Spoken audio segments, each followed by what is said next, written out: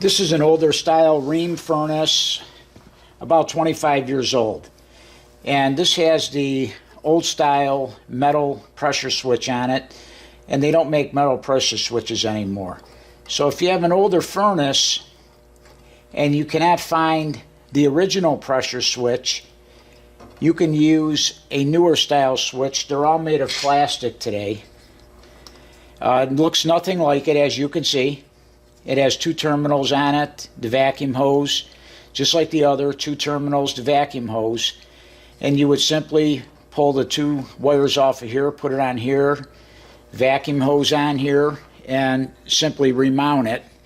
This pressure switch is 0.30 in pressure. This is 0.35. It won't make a difference. You can get something close to it, it's fine.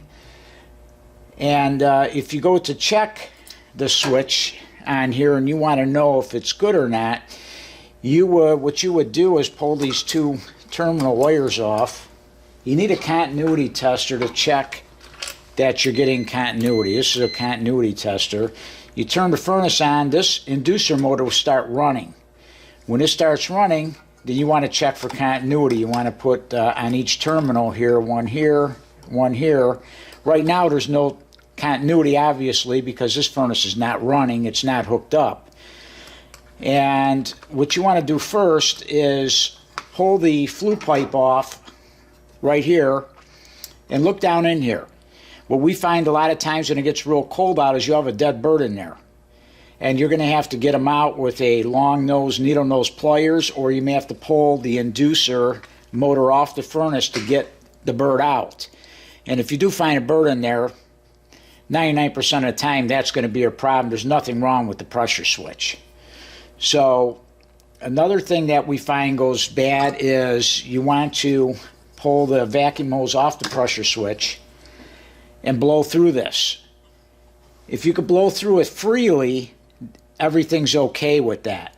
If you go to blow through this and it's difficult to blow through, or you can't blow through it at all, what you're going to have to do is pull the inducer motor off, and the port that this vacuum hose is pushed onto, you're going to have to ream that hole out. What happens is the metal inside of the inducer sheds and starts to cover up the hole, and you cannot get vacuum through this.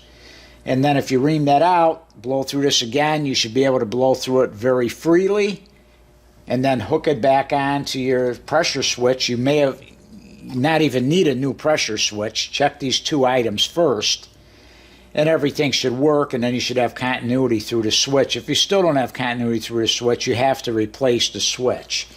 So the purpose of this video is to let you know that if you have an old piece of equipment and you cannot find the original pressure switch, and all the new ones are going to be plastic, so a lot of people see the plastic and see it, well, that's not what I have, I can't use that. This is all that's sold today, and you could just simply switch it out and everything's going to work. I hope this video helped you.